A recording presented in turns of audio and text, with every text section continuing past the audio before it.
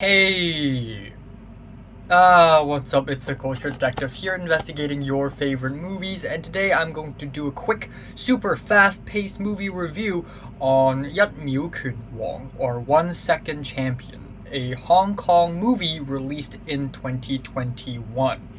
So, yeah, I totally did not plan to watch this movie at all. If you have noticed my letterbox, I have made a list of all the films that I will be watching and reviewing. And 1 Second Champion is not on there because I actually did not plan. I actually did not plan to watch this one. But yesterday, while I was having dinner, my dad found. Well, I saw 1 Second Champion, and it's available on this box set in this TV thing. So I was like, oh, there's 1 Second Champion. Haven't seen that. So my dad put it on, and I watched it while I ate my dinner.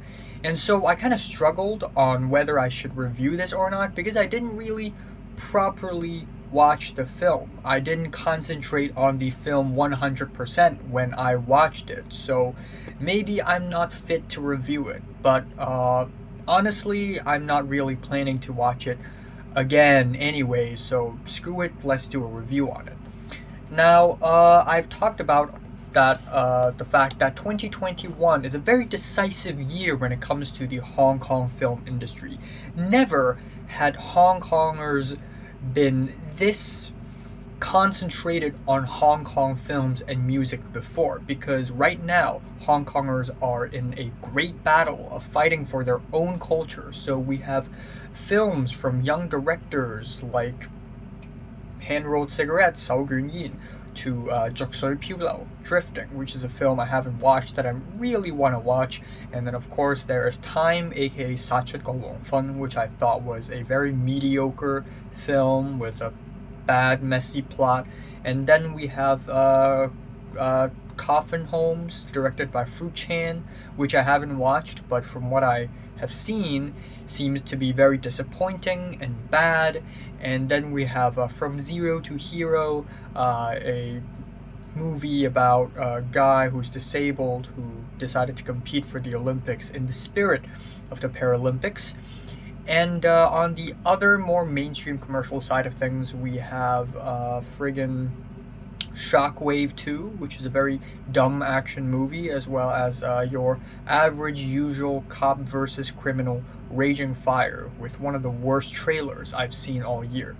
But anyways, I digress. Back to 1 Second Champion. This movie actually came out before all of that. And in the very beginning of 2021, it is 1 Second Champion and Step Up 3, which is basically, is it even called Step Up 3? It's basically the Hong Kong version of this dance movie thing that America has. So, yeah, not interested in watching that. How about 1 Second Champion? Everybody's talking about 1 Second Champion when the movie came out. It made a lot of noise, a lot of people liked it, and I don't like it. I don't hate it, but I don't think it's all that great, honestly.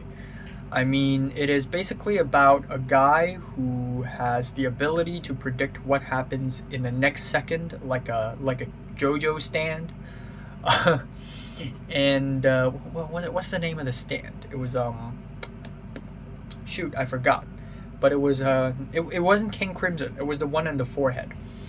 But he's broke. He owes some other people money, and one day he decides to play boxing and put his ability to some good use. And he's also a father, and he loves his son. And this is a storyline that I've seen so many times already. It's not original, and the film knows that. But it's not like this film tries to put a different spin on this or anything. I mean, the Karate Kid had done it, Rocky, Creed, Raging Bull, the list goes on. So, yeah, the plot is not original, and that's fine, I guess, but what really makes this movie even worse than that is the fact that the dialogues are all pretty awkward and cringy. A lot of the performances are pretty bad, in my opinion, which is very common in Hong Kong movies. Just very dumb, cartoony dialogues for no reason whatsoever almost like the film is pretending that it is a Stephen Chow movie when in fact it's not even a comedy. Now, I like comedic moments, but really, when it comes to comedy in this movie, it's cringy and shallow and cheap as hell, and I don't laugh. I didn't laugh once watching this movie.